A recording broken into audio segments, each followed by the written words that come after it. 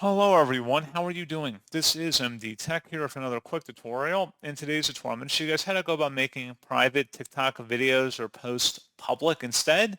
So perhaps you have a private post and you want to make it public so everyone can see it and the visibility settings are adjusted.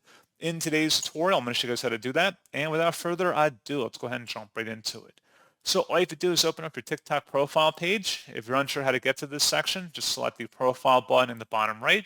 And then you want to select the hamburger icon at the top right. Go ahead and left click on that and select settings and privacy.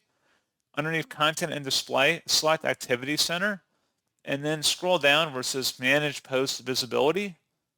Locate the video that has a privacy setting. So if you select only you, they should be listed in here. You can sort by the filter, or you can just go under all and just scroll through here manually if you so choose. Locate the video from the list and then select next. You would select everyone or friends, whatever you want your privacy setting to be updated to, and then select update. And that is all you would have to do.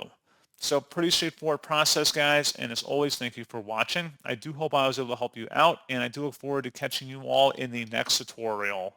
Goodbye.